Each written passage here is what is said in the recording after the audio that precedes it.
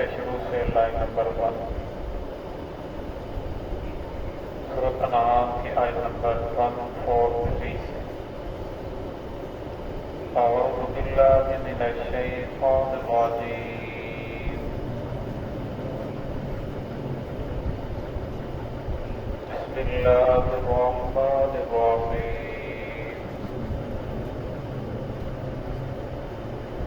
ومن الإبل اثنين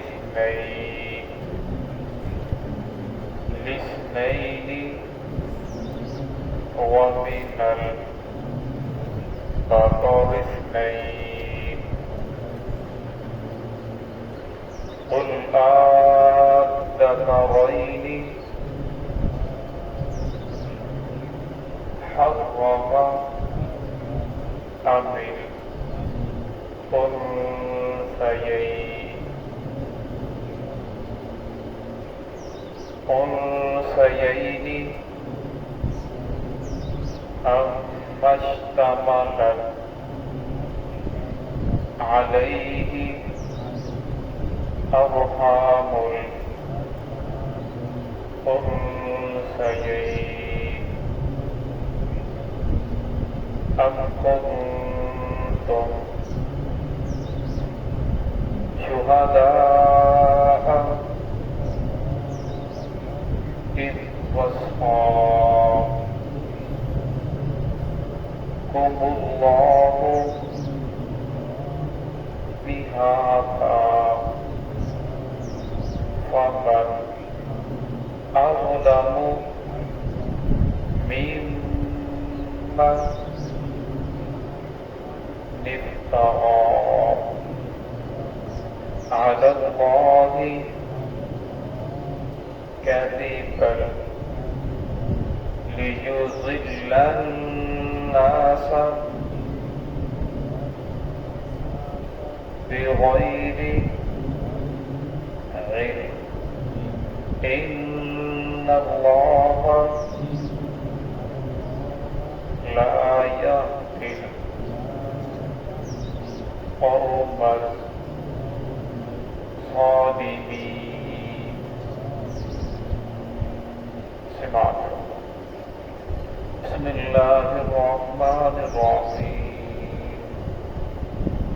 ومن الإبل اثنين ومن البقر اثنين قل أذكرين حرم أم الأنثيين أما اشتملت عليه أرحام الأنثيين أم كنتم شهداء إذ وصاكم الله بهذا فمن أظلم ممن افترى على الله كذبا ليضل الناس بغير علم إن الله لا يهدي القوم الظالمين.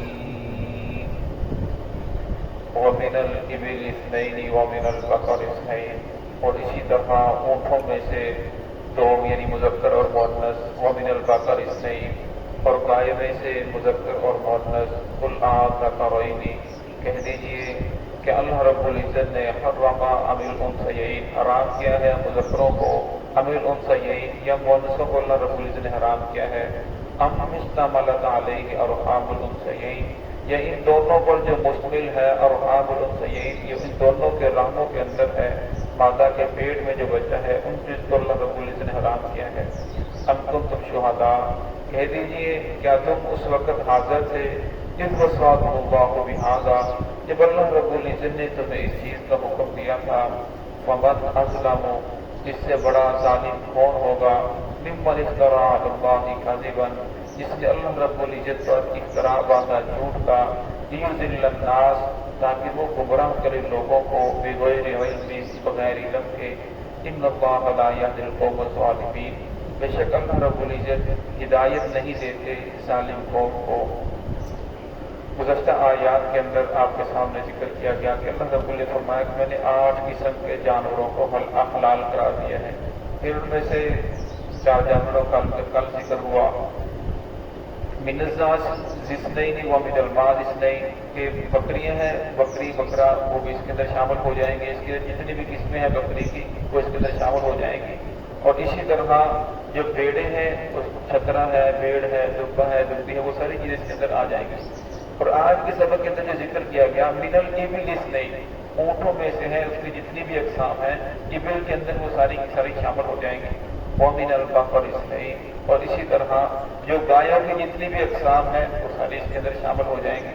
और बकरा का लफ्ज़ ये बैल पे भी बोला जाता है और गाय पे भी बोला जाता है। उलमा ने लिखा है, फुकहा ने, कि ये जो भैंस है, भैंसा है, ये भी इसी बकरा की किस्म में से है। और फुकहा का इसके ऊपर, उलमा का इसके ऊपर इजमा भी है। अगर कोई इंसान इसकी कुर्बानी अगर किसी ने की है या कोई कुर्बानी करना चाहता है तो उसकी कुर्बानी जायज़ है, क्योंकि अरब जो लुगात है उसके अंदर जिक्र किया गया है नौ मिनल बकर, ये बकर की किस्म में से है, गाय की किस्म में से है। सही, अरब के लोगों ने कुछ चीज़ों को खुद ब खुद अपने ऊपर हराम करार कर रखा था कि ये चीज़ें हमारे लिए हराम है, ये औरतों के लिए हराम है, ये फलां कबीले के लिए हराम है, ये बुतों का जो लात को मारने वाला है उनके लिए हलाल है। तो अल्लाह रब्बुल इज्जत से पूछा, कुल आका कवैनी, और मैं इनसे पूछे कि अल्लाह रब्बुल ने मुज़क्करों को हराम करार दिया है, यानी जो नर है उनको अल्लाह रब्बुल हराम करार दिया है, अमील उन सही, या जो मादा है अल्लाह रब्बुल इज्जत ने उनको हराम करार दिया है। मैं ऐसी तो कोई बात नहीं, हम मुश्तमलत अलैहि और अमाबुल सही, उनमें यह जो मादा है उनके पेट के अंदर जो बच्चे हैं अल्लाह रब्बुल ने उनको हराम करार दिया है। हम कुन्तुम शुहदा, या अल्लाह रब्बुल इज्जत ने मज़ीद उन लोगों को शर्मिंदा करने के लिए फिर पूछा, क्या तुम उस वक्त मौजूद थे जब अल्लाह रब्बुल इज्जत ने इस चीज को हुक्म दिया था? वरना उस वक्त तुम मौजूद थे। फमन अज़लम मिम्मन इफ्तरा, वरना इससे बड़ा जालिम कौन हो सकता है जो अल्लाह रब्बुल इज्जत पर इफ्तरा बांधे, झूठ का। इस पूरे रुकू के अंदर अल्लाह रब्बुल इज्जत ने रसूमात को बयान फरमाया, और फिर रसूमात को बयान करने के बाद फिर अल्लाह रब्बुल इज्जत ने इरशाद फरमाया, नब्बिऊनी बिइल्मी, ये जो तुम अमल कर रहे हो इसकी मुझे दलील दो इल्म के जरिए, क्योंकि उनके पास सिर्फ एक ही दलील थी, कौलो वजदना आबाना, कि हमने अपने बाप दादा को इस तरह करते पाया, लिहाजा हम भी इस तरह कर रहे हैं। तो कुरान पाक ने इस बात को जिक्र फरमाया, लक़द कुन्तुम अंतुम व आबाउकुम लफ़ी ज़लालिम मुबीन, कि तुम भी और तुम्हारे बाप दादा भी गुमराही के रास्ते पे चल रहे हो, और सीधा रास्ता वो है जो मोहम्मद रसूलुल्लाह सल्लल्लाहु अलैहि वसल्लम लेकर आए। और हमें कुरान पाक की आयत आज के दौर के अंदर भी हर उम्मती से, हर मुसलमान से ये मुतालबा कर रही है कि जो तू अमल कर रहा है क्या तेरे पास इसकी कोई दलील है, कुरान और हदीस से इसका कोई ताल्लुक है या नहीं है? अगर हमें इसका कोई ताल्लुक है तो फिर इंसान को उस पर अमल करना चाहिए, अगर कोई ताल्लुक नहीं है फिर इंसान को उस अमल को छोड़ देना चाहिए।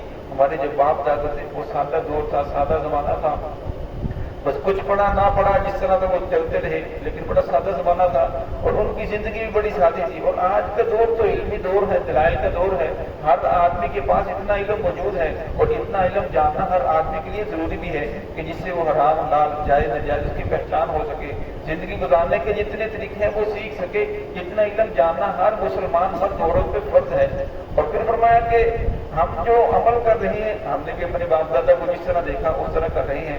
बरतानिया की 2 लड़कियां थी, उनका इंटरव्यू हो रहा था, तो उन्होंने सुन्नत के मुताबिक लिबास पहना हुआ था। तो उनसे पूछा गया कि आपने जो सुन्नत के मुताबिक इस तरह लिबास पहना है क्यों पहना है? वो कहने कि हम मुसलमान हैं। पर मैं बाकी ये सारी मुसलमान ही, आप कोई नई मुसलमान है, लोग की मुसलमान है?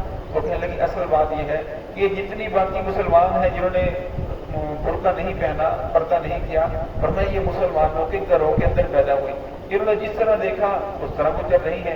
हम गैर मुस्लिम थी, हमने पहले इस्लाम को पढ़ा, इस्लाम को पढ़ने के बाद फिर इस्लाम को कबूल किया।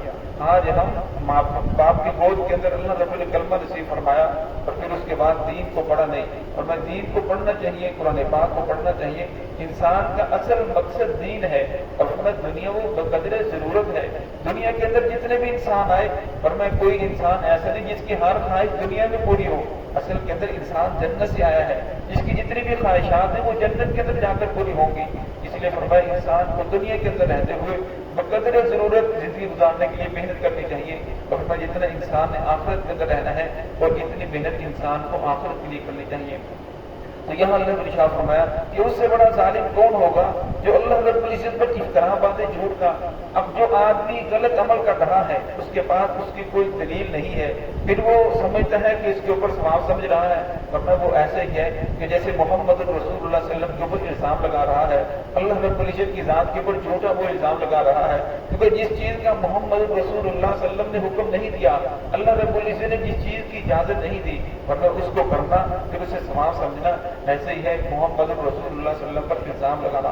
پھر اگلا رشا بڑھتا ہے بغیر علم کے، ایک آدمی کے پاس علم نہیں، وہ لوگوں کو گمراہ کر رہا ہے. ان اللہ لا یہدی القوم الظالمین، اور میں اللہ رب العزت ہدایت نہیں دیتے ظالم لوگوں کو. اس سے پتہ چلا ہدایت کے لیے صرف ایک ہی راستہ ہے، وہ محمد رسول اللہ صلی اللہ علیہ وسلم کی اتباع ہے، وہ محمد رسول اللہ صلی اللہ علیہ وسلم کا طریقہ ہے. اس طریقے کے اوپر انسان آ جائے وہ سیدھا راستہ ہے. اور میں اس کے لیے محمد رسول اللہ صلی اللہ علیہ وسلم جو دین لے کر آئے، جو قرآن لے کر آئے، جو احادیث لے کر آئے، اس کو پڑھنا، اس پر عمل کرنا، پھر انسان کا زندگی کا روح سیدھا ہوتا چلا جاتا ہے. تو ہے کہ اللہ رب العزت ہم سب کو صراط مستقیم پہ چلنے کی توفیق عطا فرمائے.